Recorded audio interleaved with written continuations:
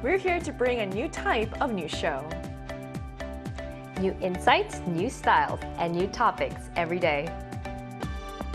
We are News Generation.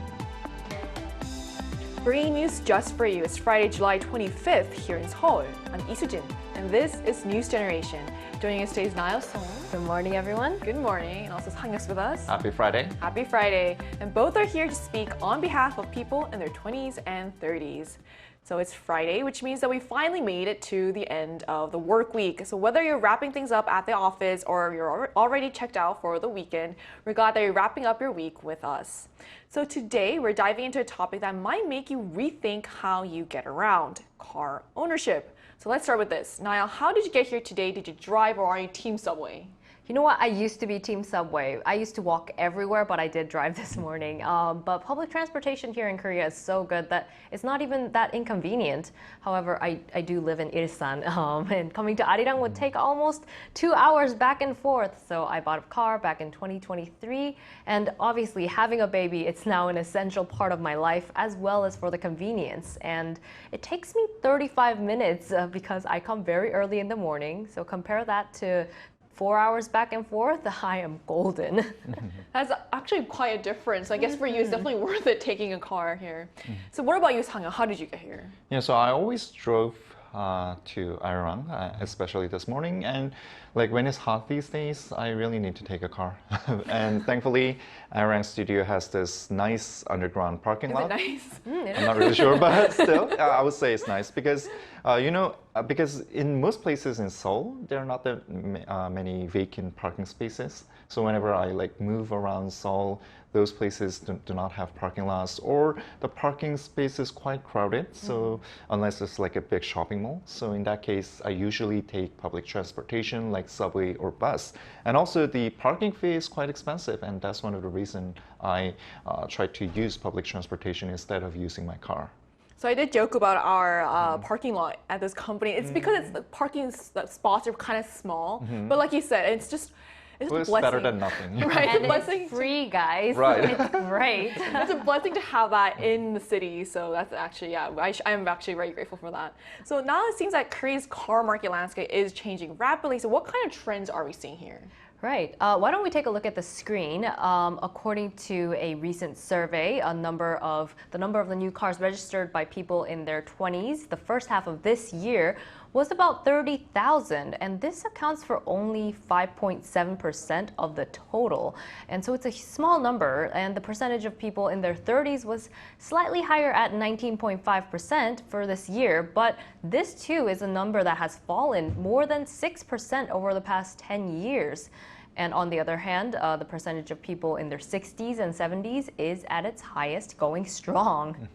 So this recent data that you just talked about, newly registered cars, shows some interesting patterns. So what do these figures suggest about car ownership trends, especially among the younger people? Yeah, so nowadays many MZers opt for buying a used car, or they even refuse to own a car at all. This trend of buying a used car is not a recent one, actually. So with the economic inflation and rising gas price, more youth are now turning to smart choices. And according to the recent survey, the preference of a used car among MZers was 86%, which clearly displays a gap to that of the baby boomer generation, standing at 28%. Wow, so Niall, why do you think millennials and Gen Zs are choosing not to buy new cars these days? You know, I think the young generation is a very practical generation, and the perception that the vehicles are no longer a necessity is spreading amongst the 20s and 30s generation. And recently, car sharing services have become very widespread, allowing people to rent and use shared vehicles anytime, anywhere. And for the MZ generation, who value experience over ownership, purchasing a vehicle has become unnecessary, to be frank. In addition, the price of new cars has continued to rise, creating a resistance to purchasing, and owning a vehicle requires a large amount of money as well as maintaining it. On the other hand, the elderly are purchasing more new cars as they are more active in economic and leisure activities than the past. And I feel like it's not just about the price as well. So I actually have a new car, so I'm kind of in the minority. But it also took me like almost close to 6 months for me to actually get my car. It takes a long time to get a new car. It does, right. So Sanghyun, are there other contributing factors we should consider, like lifestyle changes or financial burdens? And what are some advantages you see in buying a used car instead of a new one? Yeah, so as I mentioned earlier, buying a used car has been going on for years because the millennials and Gen Z are actually those who pursue cost efficiency. The used cars are cheaper and the tax burden is also lower compared to expensive new cars. It also has an advantage during resales since there is less price depreciation. And best of all, people can buy a model that otherwise they couldn't have purchased if they bought it as a new one within their budget. So in the past, youth with less money opted for buying a small size car, but now they rather choose to buy a more expensive and fancier model, but instead choose a used one. And I got my car from my dad right after I earned my driver's license. It's a large size sedan and it's still sturdy and smooth even though it's more than like 10 years old. And the best thing about used car is that you feel less pressure and you get less worried about potential car accidents.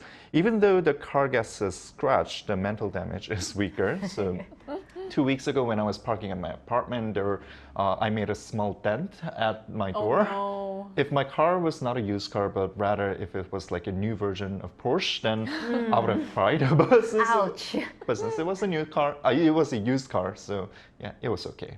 So I don't have anything close to a Porsche. I drive a small SUV, but even now it takes me like 20 minutes. We talked earlier about the parking lot at Arirang, and the spots are so small, and so it takes me 20 minutes to park because I'm so scared of, like you said, making a dent. So there are definitely benefits to used cars as well. So car ownership like this is such a personal choice, and we wanted to hear how real people around the world are making that decision. So to get a broader sense of how people today are approaching car ownership, we asked, have you ever chosen a used car over a new one? And if so, what was the main reason? So let's take a look at what they had to say. So the majority of respondents, 72%, cited financial reasons as the main factor for their decision.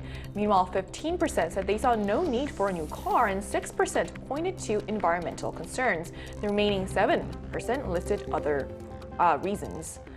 So globally, what's a trend in terms of driving interest? Are people in other countries also stepping away from purchasing new cars, Niall?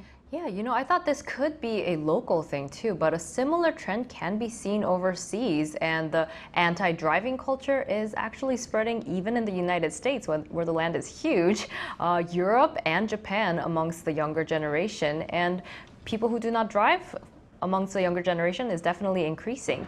For example, in the United States, it's been so common for teens to drive themselves around, and back in 1983, 80% of 18-year-olds had their own license. But by 2018, it actually dropped to 61%. And same for those in their 20s. In 1997, 90% of the people aged 20 to 25 had a license, and by 2020, it decreased to 80%. And according to The Economist, the percentage of teens being able to drive around in the United Kingdom also dropped 20% in the past 20 years. So it's not just here, it's all over the world. So 80% to 61% seems like quite a significant drop considering it's also the US. Because I feel like in the US, like for teenagers to get cars, it's kind of the rite of passage. Rite of passage, and it's kind of becoming an adult. It's a symbolism, and also it's a huge landmass, and you need a car to drive around. I feel like these numbers are actually quite surprising. It kind of goes against the stereotype as well. So Sanghyun, what's driving, no pun intended here, this declining interest in actual driving?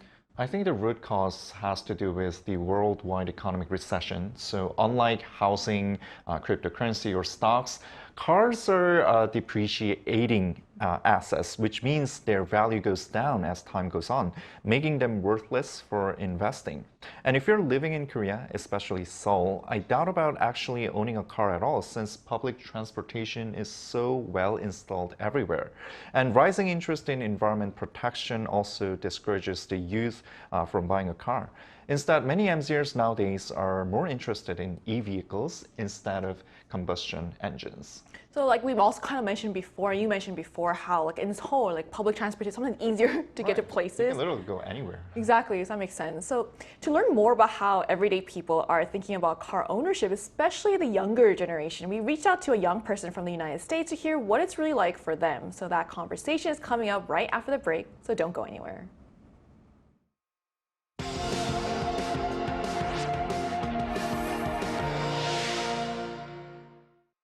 NewsGen wants to hear from you. Go to YouTube and search our channel Arirang News. Click Community and leave a comment down below.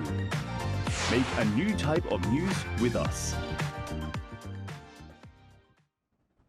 We're joined today by Francois, who's originally from the United States, but has been living in Korea for a very long time. And during that time, he's become quite familiar with the public transportation system here. So hi, Francois. Welcome back to the show, and thanks for connecting with us today. Good morning. Thanks for having me back. So do you or people around you tend to avoid buying new cars? And what's it like in your circle? I don't own a car. I don't ever plan on buying a car. And I think only a handful of my friends here actually have cars. Wow. And instead of a car, if you're living in Korea, what kind of transportation do you use most often instead of a car? I'm taking the bus, I'm taking the metro, I'm riding a bike, but more importantly, I'm walking. Korea, especially Seoul, is a very walking-friendly city, so I'm always like on my feet going somewhere. Great for your health too. Exactly. Okay, Francois, then from your point of view, then why do you think the millennials and Gen Zs like yourself are not trying to buy a new car compared to the past? Oh, I think it's all to do with money. Normally, when we think about buying a car, we see, oh, it's very pretty, it's nice, it's shiny. But now we're starting to think that buying a car actually comes with other financial obligations. You have to pay for gas, you have to pay for insurance, there's maintenance, there's other kinds of issues that can arise. So in lieu of investing a lot of money into problems, we run away from that and stick with more good means of transportation like walking or public transportation. So you say you tend to walk. So we talked a lot about how, like in Korea, public transportation is so easy to get. It's so easy to get to places here in Korea. So where is the furthest that you have walked to places? I walked from Yeongdeunpo Station all the way to I think Jongro Station. Oh. Yeah, I just wanted to test it out one day. I was like, how far can I actually walk before I get tired and I need to jump on public transportation? I survived because I'm here with you today. So it's definitely doable. So do you remember how long that took you? Some hours. Wow. I took a break, took a couple of breaks, took some photos and massaged my feet. And just to make sure that I'm still alive. So not only Korea is great for public transportation, but it's great for walks. There's good roads and good bridges to cross over so easily, right? It is, it is. It's very easy to get 10,000 steps a day here. Yes. And it's also quite safe, so you can also do that during the nighttime too. Yes, I think I've walked from Norinyanjin Station to Shindorim Station around midnight, and there is no problem. I saw children walking, and I'm still scratching my head, till this day because it's something that I can't see in the United States. Wow. Right, I think that's one of the things that people who are not from here mention is one of their favorite things about Korea is that it's so safe. You can go to places at night. Apparently, you can also walk everywhere at night too. So that's also something. Correct. Okay, so thank you so much for joining us today. Thank you again for having me. Thank you. So we just heard from a young person from the US who shared his take on car ownership, why he and his peers aren't buying new cars, and what kinds of transportations they rely on instead. So it's interesting to see how these trends aren't just local. The shift in values and priorities seems to be happening around all over the world. So to wrap up our discussion today, now as we move into an era where owning a car might not be the norm anymore, what kinds of systems or alternatives do you think that need to be in place in order to kind of support this shift? Right, when we say that it's not a norm anymore, there definitely is a gap between the cities and smaller towns, countryside. I'm sure even for the United States, it's different depending on the state and where you're at. We are also looking at very environmentally friendly options. We've mentioned before the e-vehicles and walking and bikes. But you know what? That's a discussion for another time, the environmentally friendly options. But in the end, all in all, it's not just such a simple matter of buy a car, don't buy a car, but everyone needs to have access to public transportation and needs to be affordable. And what are your thoughts on this, Hang-yeong? And also, would you personally consider giving up your car? Okay, so first of all, since we are living in digital era, I think the physical distance itself is becoming meaningless, and cars will be less needed. And thanks to online platforms like Zoom, we can easily interact with others. So virtual spaces like the metaverse are also blurring the line between the reality and the virtual world. And this implies that physical distance will no longer be considered important in the future. And like Niall mentioned, we also have environment issues, so we will see less car ownership moving forward. And just to echo what Niall said, I think there is also one important human rights for the people, and that is the right to freely move around each locations. And I think for the right to mobility is well ensured here in South Korea, because just like the interview Francois mentioned, we have good roads and we also have good pedestrian walks or bicycle roads that people can take, and which is a good choice other than driving and using the car. And as for your second question, Susan, now, even though the trend is not buying a new car or giving up driving in the first place, nevertheless, for me, I still need to drive because of my job.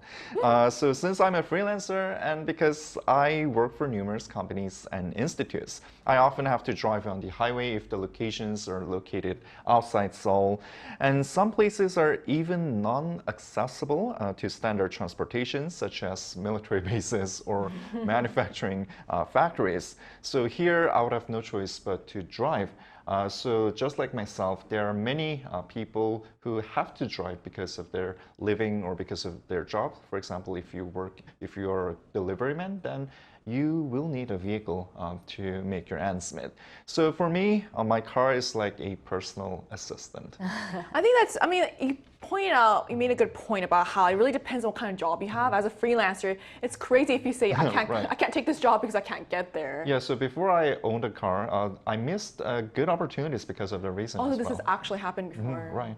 So but at the same time, there's people that actually work from home. So I guess for them, cars won't be a necessity. You know what? If Arirang decided that they're going to move closer to Ilsan, I'm willing to give up my car and walk. Maybe 1 hour maximum, because I also enjoy walking and I think it's great for your health. It's a great way to get in your exercise while getting to work. So if that's the option, I would love to do so, but otherwise I can't give up my car just yet.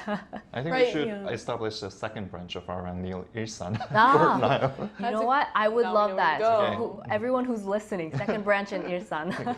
Especially for you, it makes sense because it's such a big difference too. Yeah. Right, yeah. So whether it's the rising cost of living or better public transport, or simply a shift in lifestyle priorities, it's clear that the idea of owning a car, especially a brand new one, just isn't what it used to be. And as we've seen today, more people are thinking about what mobility means to them. And maybe in this new era, convenience, flexibility, and sustainability are taking the front seat.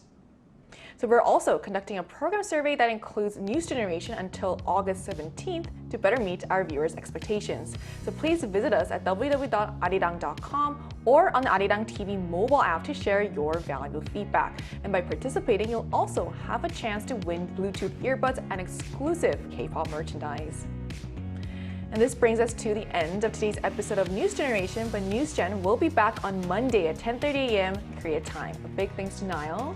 Yeah, no problem. Everyone's safe driving back home. Do you remember? And Sang-yeong. Thanks for having me. And to our viewers, thank you so much for watching, and we hope you have the best weekend. We are News Generation.